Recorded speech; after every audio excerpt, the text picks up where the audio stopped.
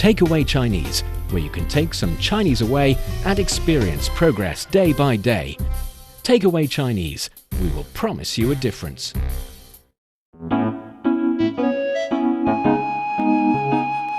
你好，欢迎收听随行汉语 Welcome to Takeaway Chinese. I'm Niu Honglin, and today I'm welcoming a new friend to the show. And I have to warn you, his Chinese is really already very good. So we're going to use a lot more Chinese in today's show comparing to previous Takeaway Chinese. And I hope for the sophisticated learners, this is going to be a huge treat.So, welcome, Vitor Moura. Welcome to the show. Thank you very much. It's good to be here. Thanks for having me. It's great to have you. So, tell us a little bit more about yourself. Well, my name is Vitor Moura, as you mentioned, or Victor, or waiter in Chinese. It's Vitor or Victor, both? Okay, so the truth is, there's no C.Right? I call you Vitor, yeah. Yeah, there's no C. However, I did realize after being abroad that because Victor with the C or K or whatever is a common name in many places. Yes. So I just put the C there to make it easier because Vitor, it has the R sound in the end and is a trouble for a lot of people. So I'd rather just put the C. My mom doesn't like it. You can do that. I did change my name to be more convenient. Yes, it's true. But I can call you Vitor. Well, yes, because you're above the average, But the thing is that a lot of people have. You're very flexible with your name. Oh yeah, I don't. Really How about your Chinese name? It's called 魏特. Yeah. Okay, so I have already bragged about your Chinese. So introduce yourself a little bit in Chinese. Okay, 大家好，我叫魏特，我是来自于巴西，已经在中国可能是快10年了，然后7年半在上海工作，然后现在刚好在北京，可能1年半，已经1年半了，对，差不多。Okay, when you say 我可能在中国已经快10年了, that sentence, it's really not clean in the sense of grammatically because you don't really need all those, but that's very colloquial, that's very fluent, and that's very, very Chinese. But it's grammatically wrong. It's not wrong. It's more like you don't really need the 可能已经. You know. But yeah, that's the thing about Chinese. When we talk in our daily lives, sometimes we would put in some words that do have meanings. For example, 可能 means probably. Right. 已经 already. 快 almost. So you see the 可能 and 快, it's kind of like similar. You're just trying to blur the actual time and soften the tone. But that is what's happening in daily Chinese settings. It is. You would put some of these words to soften your tone, to sound less assert, yet it's not for the purpose of making the information less clear. It's just to soften the tone, more like talking in everyday language. This is very interesting that you say because I never thought about it this way. And it is true. Yeah. This is very daily life Chinese, and you try to sort of... 低调, how to say, like low key, put everything down, kind of on consciously purpose. Or unconsciously, yes, I don't know, but yes, yes. But you're right. So when we say Chinese is a high context language, it's both because one word can mean a lot of things, and in Chinese we would encourage people to read between the lines. Yes. Because you want to be subtle, you do not want to sound too aggressive. If you only use very precise information in an everyday conversation, it sounds a bit too aggressive and it's not, like you said, nice or 低调 enough. Yes, but yeah, that's kind of like the next level Chinese. You're on the next level Chinese. But no. I'm really not. But now that you mentioned, if I may say so, I just feel like in Chinese, and I'm sharing my experience, right? I just feel in Chinese, like sometimes if you are too direct, it may be understood as a little bit rude in a sense. Yes. So maybe I could say, like, for example, the sentence that I just said, I said 可能已经快, but I put all these words together. I could have said 我已经在中国10年了. If you say that, it's okay because you're a foreigner. Yeah, exactly. But it's like, depending on the context, it might come out a little bit aggressive. Yes. So that is why, maybe that's why I do it. As a feeling I have. It just makes me realize that, that's what we do. And when you do it, for me, it stands out. Right. Okay, I see. 所以你在中国已经快10年了。对，没错。那为什么会来中国啊？我当时我找到工作才来。So where did you learn your Chinese? After I came. After you came. After I came, yes. I worked in this tech company for 1 year. And after that, I started my own company working import-export. And when I did that, that was 2018, if I'm not mistaken. And when I did that, you start to travel frequently to smaller cities in China. So I was living in Shanghai, and then you start to go to smaller places. And then when you go to the smaller places, there's less and less people that speak English, obviously. So learning Chinese became a necessity. Yeah. And that's pretty much how it happened. 那你怎么学的呢？是找了老师学还是自学？就是我用过各种各样的办法。 Oh, really? 对。 Different methods. I did go to class for a while. Never full-time. I was never a full-time student. Oh. So almost like, I don't know, twice a week, something like this. I had Chinese friends help me out, but basically I brainwashed myself. You know what I mean? It's like How'd you brainwash yourself with like I changed my phone to Chinese, my computer to Chinese, even without understanding anything. I was like, it doesn't matter. I'll just do it, and then I'll figure it out on the go. You know, basically that's how it happened. And now that I am studying, and the course is in Chinese, and now I'm being confronted with the reality of actually getting into the grammar part and knowing how to structure like a long text in Chinese, which is very different from what I was doing. So I've reached fluency in terms of daily life communication. But now, for example, I just finished my first thesis in Chinese this weekend, and it took a lot more time than I thought. You know what I mean? So How long was it? It took me an entire day. And Just to write it. The research was done. Right? Oh. Yeah, just the writing, it took me an entire day, which is usually not How long is the passage? like 3,000 characters. It's not, So it's not big. bad, but it's not bad. It's not, yeah. But, It's not that bad. Yeah, but let's just say, like, if it was for In a small, if English, it was in English, or- I'll be done in like 3-4 hours. Just a juguliz, you know, because it's just like. And I keep a secret to myself, but I will share with the audience because I think this is a very distinctive show. I never learned how to handwrite properly. Ah, Yes. so you only type. I only type. And that, but like my It's handwriting. okay. I'm losing my handwriting ability already, so it's not a big deal. But this is one thing for the learners, because my Chinese learning process was completely focused on daily life necessity. Handwriting was never a necessity. And it's not a necessity in China for Not 99% of the anymore. time. Yeah. So, and for a foreigner here, whenever you have to handwrite something, you can always find somebody to help you out, you know? So you really don't need like to fill a form or something. We're sharing a lot of things about the Chinese learning today in this episode. Yeah, and I'm we've so- never done it before. Should I speak? No live? worries. I think it's really great. I get excited. I think you did a really good job, because previously we focused on the expressions, words, characters. Sometimes we would even share how the character came into being, the Okay. origin of certain characters. But for today's, at least these two takeaways, the one that you not on purposely mess up the message a little bit in your Yes. Chinese sentences, that's one thing. That's what we actually do in China here. Right. And also the second thing about not needing to learn to handwrite characters. Even if you need to write something, you can always type it on your computer and Yeah. just something like that. It's also okay. So I think these are important info for whoever is listening. So that's you in China and your experience and learning and everything. In the meantime, I'm actually very curious about your country, Brazil, 巴西. It's Very really far. really, really far. 我没有去过巴西哎。对，很多人就基本上都没去，巴西一定有很多好吃的算是有吧。啊。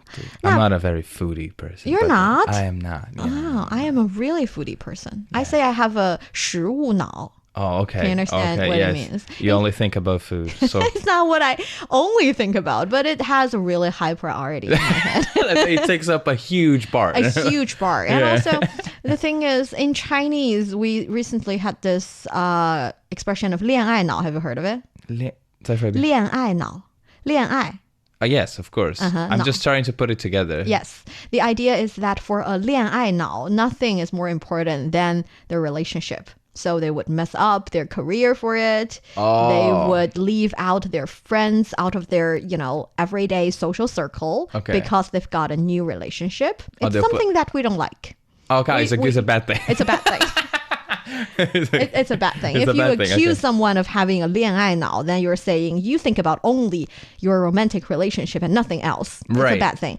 And that makes me, ponder on my 食物脑 a little bit. So I have a brain head. That means when I'm happy, I need to go out, find something great to eat, to celebrate. Do you put food above everything else? Not everything else, but Most of the things? put food adjacent to everything I have. It's like when I'm sad, I eat. When I'm happy, I eat. When I need to celebrate, I eat. And when I, go out with friends, we eat. Oh. Something very important to me. So I have to ask, 如果有一天我去巴西旅行或者出差，我在巴西可以吃到中餐吗？可以啊，那肯定的。真的吗？很多吗？巴西的中餐？我觉得没有那些就是在巴西中国人移民到巴西的那种人，没有美国欧洲那么多，但是算是有的。就是有一个可能 something that most people don't know that I can share. Brazil has a lot of Japanese immigrants. Oh, really? Yes, from the 40s, 50s. But now, so they're now 4 generations down. So Brazilian people, especially from my city in São Paulo, they're all very used to Asian food in general. That's actually something that I only learned when I was traveling in Europe. I stayed in Brussels for a while, right. And I realized that after a while, you stop looking for Chinese food. You start looking for Asian food. Yes, yeah. They're still similar comparing to the food from other continent. Well, yeah, of course. The region has similarities. So like sometimes you're looking and like if you find Japanese, Korean, Vietnamese, Chinese, like you just get it out of yourself because you just want to eat it, right? You just want some noodles or something. And, and in Brazil, so a lot of people from my city, for example, they know how to use chopsticks. Oh, that's good. Yeah. We eat a lot of sushi because it's a Japanese influence. Yes. But later on, what I wanted to say this is like later on, there's this huge wave of Chinese immigrants that also came.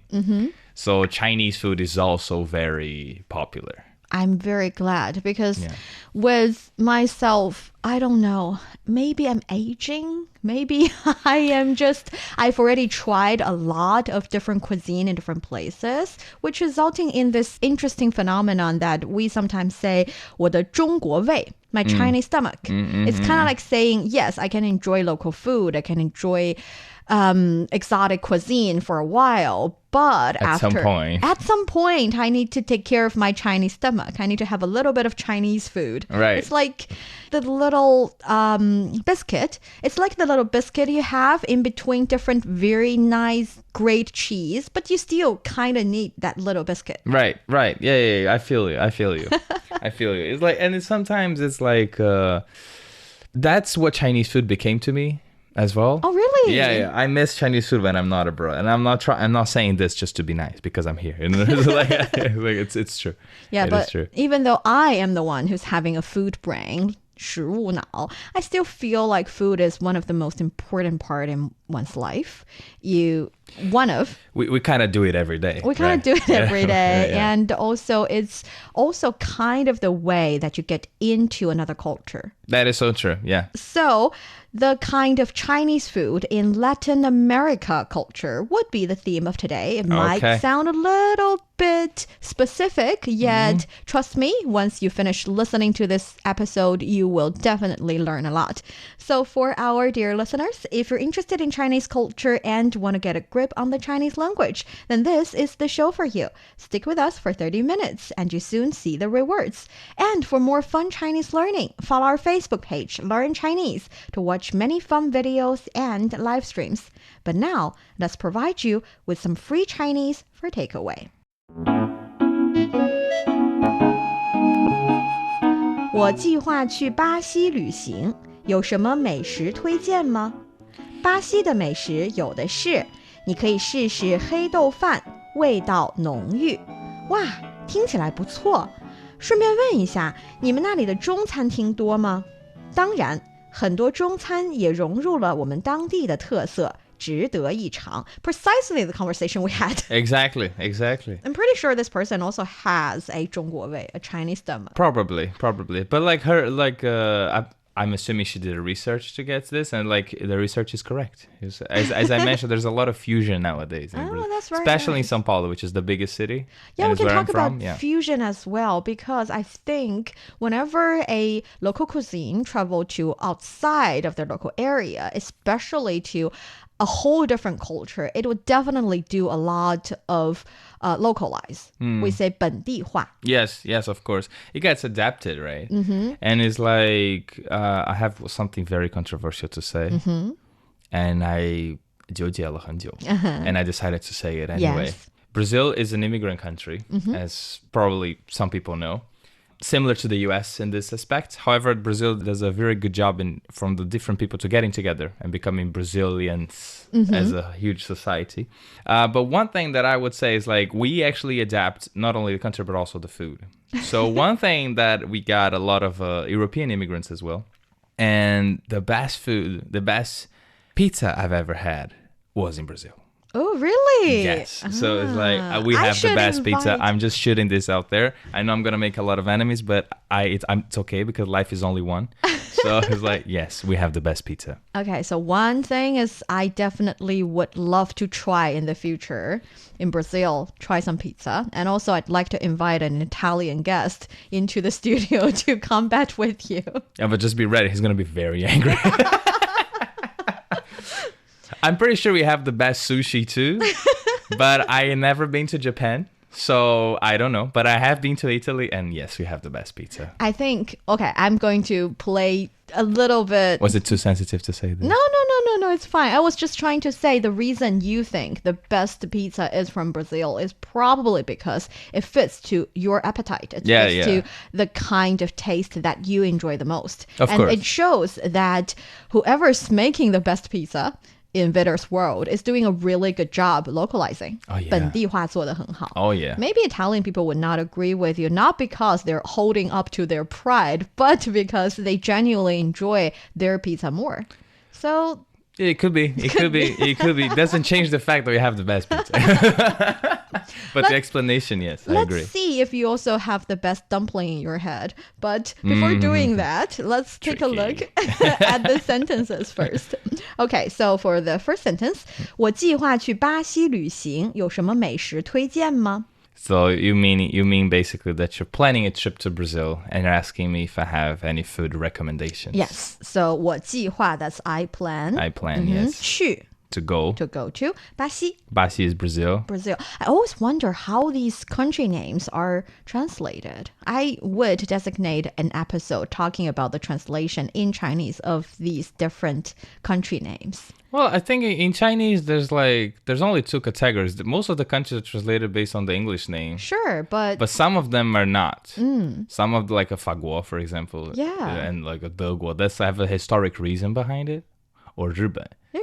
Yeah, but it's Japan. or Hangul as well. But like most of the countries, I feel is just based on the pronunciation, like Australia, Canada. Yeah. You know, it's like Yeah, but the exact transliteration is also interesting. We can find some origins of it. Definitely. Yeah. So here, 巴西, Brazil. 巴西, and 旅行. To travel. To travel. Even though we translate it as travel, actually, it's talking about the kind of personal travel. Oh, okay. 旅行. Well, it's not for business. It's not for business. Yeah. Business is definitely 出差. 出差, yes. Business trip. So, yes, the English translation is travel, yet you cannot use it for 出差. Right, yes. So, 旅行. 有, have. 什么? What? 美食. Food. 推荐. Recommendations. Yes. So, 美食 actually means delicious food, but yes, food. It's food. Yeah, it's... Well, because May is beautiful. Yes. Right? So it's already putting a little bit up there. But like daily life use, the meaning daily life is just talking about food. And it depends because, for example, in previous times, I can remember when TV was super, super popular among everybody, when watching TV is a must-do, I think there were a lot of 美食频道, so a lot of food channels. Oh, okay. Yeah, they introduced different types of delicacies in different places. Yes. So it's delicious food channel, 美食频道. Used to be a dream job back in the day, to be that guy. You know what I mean? Yeah, to be that person. Places. Yeah. But coming from someone who's actually working as a media profession, I mean, yeah, tasting different food is one thing, but doing a show, it's different. You have to eat the same thing for a lot of times because you have to take a lot of different shots. Oh yeah, no, it's definitely like You My still- my experience with shooting is like it looks a lot of fun. Oh, we're going there to shoot something, but like the practical reality can get really tiring too. You know. And the 美食 can be a huge plus, making me feel much happier about the shooting though. Well, if you like it, Yes. Let's if say you like it, let's say you yeah. don't like it, then yeah, it's gonna be not that May. No, You know? not that 美 huh? Okay, so 美食 and 推荐 here, it can be a noun, recommendation, or it can be A verb. A verb. Yeah. 你有什么推荐 or 你推荐什么 对 So if it's 你推荐什么 it's a verb. 你有什么推荐 then it's a noun. Yes. 巴西的美食有的是，你可以试试黑豆饭，味道浓郁。 Well, basically, I mean, there's plenty of great food in Brazil, of pretty beautiful food in Brazil. Beautiful food. And that you can try feijoada, which is really flavorful, let's say. Flavorful. Yeah, it's like let's say it's one of the most, now I'm out of the dialogue already, right? So like feijoada is one of the most traditional dishes, you can put it this way. Ah, interesting. Okay, so 巴西 we know Brazil, 美食 beautiful food, delicious food, 有的是 Means that I have the recommendations to give it to you. Actually, it means there are a lot. Okay. So Okay. something 有的是 is like saying we have a lot of those. It is a kind of a colloquial way of saying it. Maybe you have not encountered this expression just yet. For example, 作业有的是. So there are a lot of homework. Of homework. Yeah, I know. Or 我这边选择有的是，就看你喜欢哪个了。 Oh, actually, there's a new expression for me. I It's never a new heard it expression, before. right? Yeah? 有的 It's 是, like yeah. I have a lot of these, and it always carries the meaning of. It's kind of like saying I have a lot of this, and something is up to you, Right. or you can choose either one of those, Right. or it's not used singularly. It's not used on itself. It always implies something. For example, if I say 她有的是时间, so she has a lot of time, or 时间她有的是, she has a lot of time. It almost always imply that maybe she does not have money, or maybe it implies something. But now that you put it in the front, like 他有的是时间 makes sense. Now I understand the meaning. It's like 他有的就是时间. You know, it's like this sort of like This is something emphasizing. that emphasizing Yeah, it. But yeah, you can also put it at the At end, the of the end. sentence. Okay, So okay. 时间她有的是. Okay. 她是没有时间吗？她是没有钱. It's not like she doesn't have time. It's the money she's lacking. So Right. Usually when you're using this sentence, you're implying something. So if it's just a narration, it's just a statement, then you don't use the expression like this. It carries Okay. a certain type of nuance. And also, for example, 上海这么大的城市，工作机会有的是. So for Shanghai, a city this huge, there are a lot of opportunities, but you have to look for them. Right. Something right. like that. Right. Yeah, that's how you use 有的是. So here, 巴西美食有的是. There are so many, and you just worry about whether or not you have the appetite to try them all. Something like that. I see, I implied. see. And 你可以试试. You can try. You can try. 黑豆饭. Well, that will be the Chinese translation for feijoada, actually. So what is feijoada? Can you describe it? Yeah, so we use for feijoada, we eat a lot of rice and beans in Brazil. You can usually use either like a brown or black beans. It's different in China because in China they're usually used for dessert, right? So they're like sweet. For us, this is salty. It's actually a dish. It's a 主食. Yeah. Staple food. It's a staple food, yeah. And you eat that with the daily life dish. Is not feijoada because that's just too heavy. But like we do eat rice and beans on daily life basis with beef and French fries or salad. Sure. However, feijoada specifically is something, a dish that traditionally, at least in São Paulo, people usually eat it on Saturdays. And it's like, there's no religious reason. It's just, I don't know the historic reasons either. Like, it's just what it is. And Okay. basically, it's very heavy. So it's the black beans specifically with a lot of pork. Pork. So you put it with different parts of the pork. So you have feet, you have everything in there. It's a big cauldron, right? It actually is a big cauldron. Really? Yeah, literally. And then you eat it with something we call couve, which is, I don't know how to say in English, but it's a sort of a vegetable, green vegetable, leaves. And you can eat it also with oranges, you know, to make it more acid or something a bit. So, and powder, what we call farofa.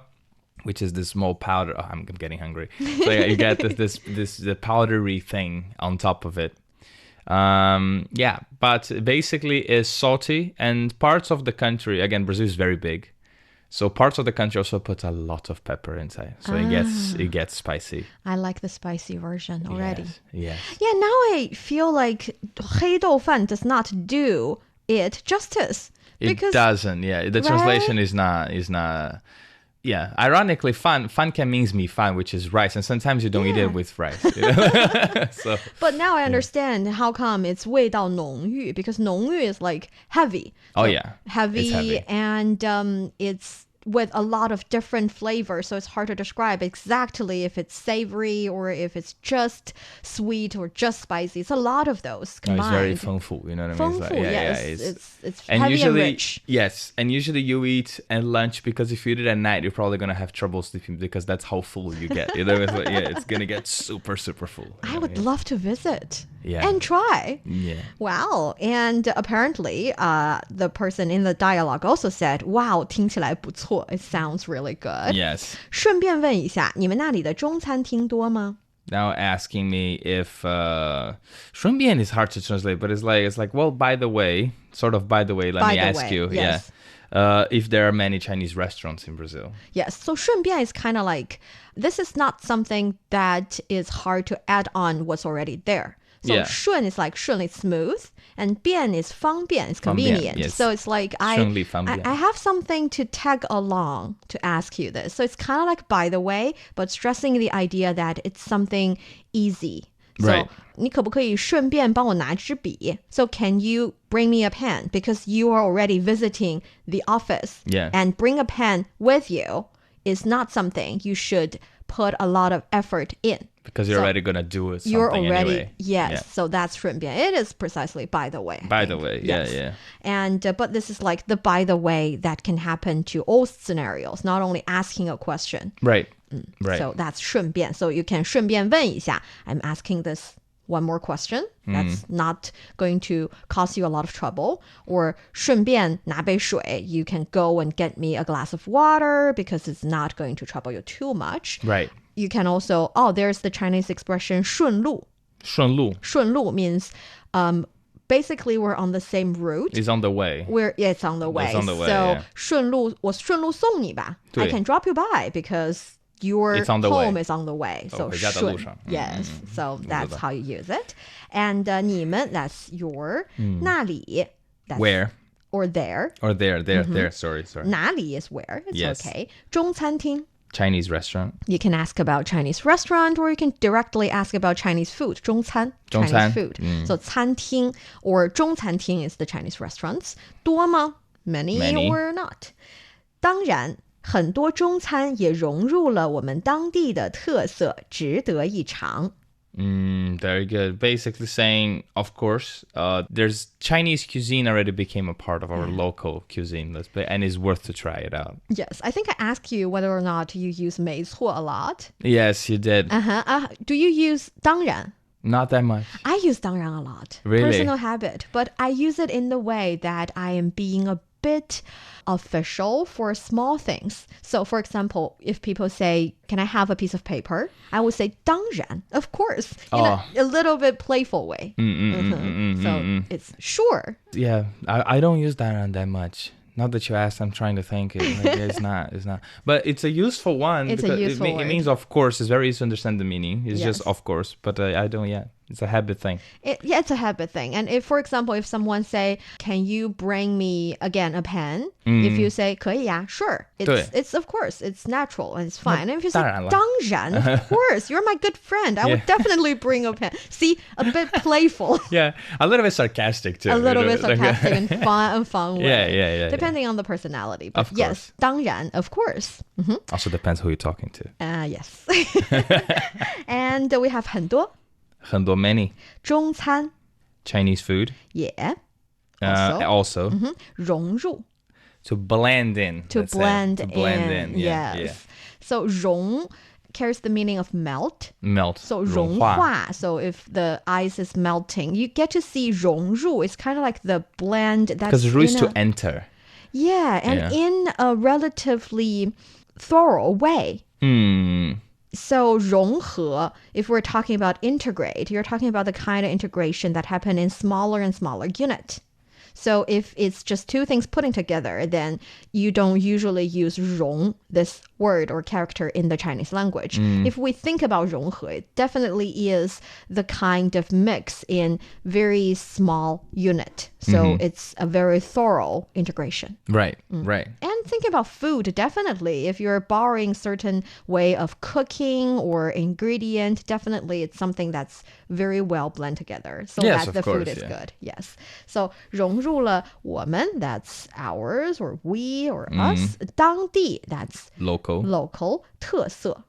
Well, 特色 in this case means our local speciality, Yes. let's say. But it doesn't necessarily have to do with food. No, 特色 This is is the just, context again. yes, you know, yeah. specialty, 值得一尝. Worth trying. Worth trying, precisely worth trying. Precisely so, worth trying. 值得 is worth. Worth. And 一尝 is have a try. Have a try, yeah. One thing is that 值得一尝 is kind of like a fixed phrase or Is it 成语吧？ something. 它不是成语，但是它是非常常用. Okay. So if you want to say 值得尝一尝, sure, people understand you. But usually in this context, 值得一尝 is the phrase you go to. Okay. Good to know. Didn't know this one. So 值得一尝. Right. And that is the conversation. Would you like to try the conversation with me? No, let's read do it it. along. Yeah. Yeah. Which one am I? You're the one in Brazil, apparently. Oh, okay. You I got think, it. Yeah. 我计划去巴西旅行，有什么美食推荐吗？巴西的美食有的是，你可以试试黑豆饭，味道浓郁。哇，听起来不错。顺便问一下，你们那里的中餐厅多吗？那当然了，很多中餐已经融入了我们当地的特色，值得一尝。That's really good. You sound more like a Chinese person than I do because I try to enunciate it really clearly. But And I didn't. I'm sorry. I love your way of doing it with a little bit accent, like Chinese accent. Well, yeah, I try to make it more realistic in the sense of how it would sound, but like I failed miserably. I apologize No, to all I the think audience. it's great. And you are listening to Takeaway Chinese with myself, Niu Honglin, and Vitor, who's got a really great Beijing accent. We would love to hear from you. Send us your thoughts by email to learnchinese@cri.com.cn. Coming up next, let's talk about the Chinese food in Brazil and give me more reason to visit. Don't go away, so you will take some Chinese away. Welcome back to Takeaway Chinese. I'm Niu Honglin, joined by Vitor. So, tell me, if I ever go to Brazil, what kind of 融合美食 will I be able to enjoy? Well, again, I would love to emphasize the fact that Brazil is a very big country. So it's like more or less almost same size as China. So like different regions have different cuisines and different habits, and they change a lot. However, let's say if you go to São Paulo, which is my city and also the biggest center for immigration in the past century, let's put it this way, because it's the economic center, I think you will find a lot of blends with Italian food, Japanese food for sure, and also Chinese food as well, but also lots of Middle Eastern, especially Lebanese food as well. So like we have a lot now that I live abroad. You start to realize actually in daily life in São Paulo we eat food from all over the world, literally. We do that in Beijing as well. Yeah, and it is like and now it's so integrated that is interesting to see. And it's like nowadays I'm just asking my Brazilian friends, which are all like non-Asian, let's say this way, and we're all like, let's get some sushi, and like it's so casual, you know what I mean? Yes. As it's like we could have sushi or we could have feijoada, like we don't know, you know what I mean? It's like so it becomes really, really normal. And in that case, because I was doing the research, since for me, for example, or any common Chinese, definitely Brazil would be a place we want to visit and everything. We want to do research. But like you said, it's a really far away country. Yes. And when we travel, if it's, for example, a personal travel for leisure, then we maybe some people would choose to go to some other Latin American countries as well. So along the way, so we would kind of do the research of the entire area as a whole. So I also get to see that, for example, Chinese food in Peru is a thing. It's even though the physical or geographic distance between these two countries are far, yet they are closely tied when it comes to food. For example, there is the term chifa in Peru. Chifa. Yes. Okay. And the word chifa in Cantonese means to eat rice. And 吃饭. Yeah, 吃饭, chifa.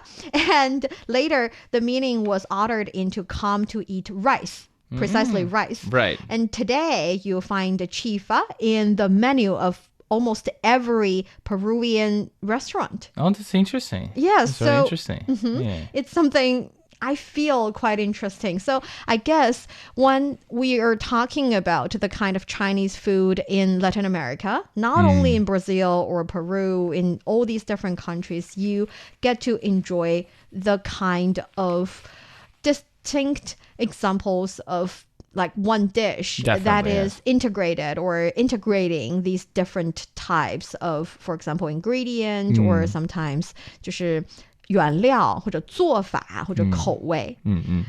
So when I was doing the research, there was this one called Tallarín con pollo. Yes, Tallarín con pollo. Yes, it says, according to my research, it is made of special yellow noodles prepared with eggs and chicken. And the other ingredients include Chinese onions, vegetables, ginger, and soy sauce. Also something that I feel like is more common here in China. But it's also common, at least in Brazil. I mean, I cannot speak for Peru, but in Brazil it's also very common. Very common. Yeah. This is one of the more spicy dishes of Peruvian culture, and there are multiple variations of the dish available with varying degrees of, Peruvian touch. Is it also common in Brazil? Yes, yeah, we have like I think soy sauce is a very good example because soy sauce is fully integrated in our cuisine now. Like the way you use it, sometimes we use it for salad, which is definitely not. I don't use it for salad. Right, yeah, so we use it for salad, So, and salad definitely doesn't come from China, right? Because we use the raw vegetables, which is usually not very common in traditional Chinese cuisine. The raw vegetables, they're all like steamed or anything else, boiled, or fried, steamed, yes. But like now, the soy sauce is. So you can go to a restaurant in Brazil that has nothing to do with Chinese cuisine or Asian cuisine, and they have soy sauce on the table. Great. Yeah. So soy sauce in Chinese, by the way, is 酱油. 酱油. Yes. 酱油. And also by the look of this dish, I feel like it's something that I can have here in China in any Chinese restaurant. It's basically just noodle with a chicken adjacent to it. Right. Yes. Basically. It looks. It's very simple. It's a very simple dish, but it's just amazing. Sometimes simple is good, It's like you don't have the complex things all the time. Yeah, I agree. And I think one of the reasons that nowadays more and more people would be able to enjoy different food from different places is because the cultural exchange, people to people exchange is getting denser and denser. That's for sure, and more frequent. For example, the longest commercial passenger flight from China will take you from China to Mexico City in Latin America. And China Southern Airlines launched its first ever direct passenger flight from the megacity of Shenzhen to Mexico City, which sets the record as the longest non-stop regular commercial flight to originate in China. The flight covers an intercontinental distance of around 14,000 kilometers in each direction, so it's really, really far away, and it takes around 16 hours non-stop to Mexico City. Not really sure if it's something I would choose. No, yeah. But if you think about the kind of trip that you have to, stay at an overnight in a different city, then maybe, you never know. Having the choice is good. Well, yes, I guess it's out there. There's demand for sure. Yes. And in the meantime, on top of cuisine in Latin America, what would you say is one other thing that you think is very common with like Chinese influence? In Brazil? In Brazil. Chinese influence. I don't know specifically if it's Chinese. Well, we know a lot of, of course we use a lot of things that came from China. So for example, Brazil, that's one thing. Yeah, so for example, Brazil is a very big country on fireworks that originally come from China. Oh, really? The 鞭炮, Oh, right? really? Yeah, of course we have our 巴西话的那个鞭炮, and it's like it's our own style, but like it's you. Fireworks. Yes, we have because for especially New Year's, I think everywhere, but in New Year's like the 31st of December. Yeah, 但是鞭炮和烟花是两个东西哦。鞭炮 is like for the sound, whereas 烟花 is the firework. You have both. We have both. Yes. In the air. Beautifully. No. So we use the 鞭炮 for soccer matches. Oh, really? Yes. That's so cool. Yeah, so like so you throw them up, but there's no lights. It's just noise. Yes. We love that. It's very ceremonial. Yeah, and in Brazil, like we have the 烟花 for New Year's, which is beautiful. But we have the 鞭炮 for football. Soccer match. For soccer, yeah. So cool. How about traditional Chinese medicine? Well, acupuncture is big in Brazil. Ah, really? Yes, acupuncture. 针灸. Yes, it's very big. It's very big. I never tried myself. No, I knew you were gonna ask. So like I haven't. But my mom used to be big on that. She used to go like every week. You're in China. Try some in any I hospital. know. It's even covered by the medical insurance. I know. No, I did the I forgot how to say in Chinese, the cupping thing. Ah, 拔罐. 拔罐. Yes. 火罐. Yes. I tried that a few times. It's quite nice. And yeah, I think that is it. So, but acupuncture is very common. Yeah. It's very, very common. It's crazy to think that for two countries that are so far away from each other, we share something so similar and we enjoy culture from each other. Well, I think people also can remember the fact that these cross-cultural interactions, they've been happening for centuries. Yes. Right? I know nowadays is much more convenient. Yes. But we didn't start it, right? This has been going on for a very long time, you know. And that's why we say sometimes we believe the globe is really flat. Yeah. The world is just flat. And it's a good thing. And small. And small. And small, yes. And that brings us to the end of today's Takeaway Chinese. I'm Niu Honglin with Vitor here in the studio. For more fun episodes of the show, you can visit our website at radio.cgtn.com and go to the column podcast. You can also listen to the show and read the script there. Find us wherever you listen to your favorite podcast. Just search for Takeaway Chinese. Don't forget to leave your questions, comments, and a 5-star rating. And finally, let me thank you again, Vitor, for joining the show. That was my pleasure. Looking forward for the next time. Looking forward for the next time. You actually bring a lot of very interesting comments and good experience about learning Chinese to our audience. 谢谢 Thank you so much. And we'll see you next time. Bye bye. Bye bye.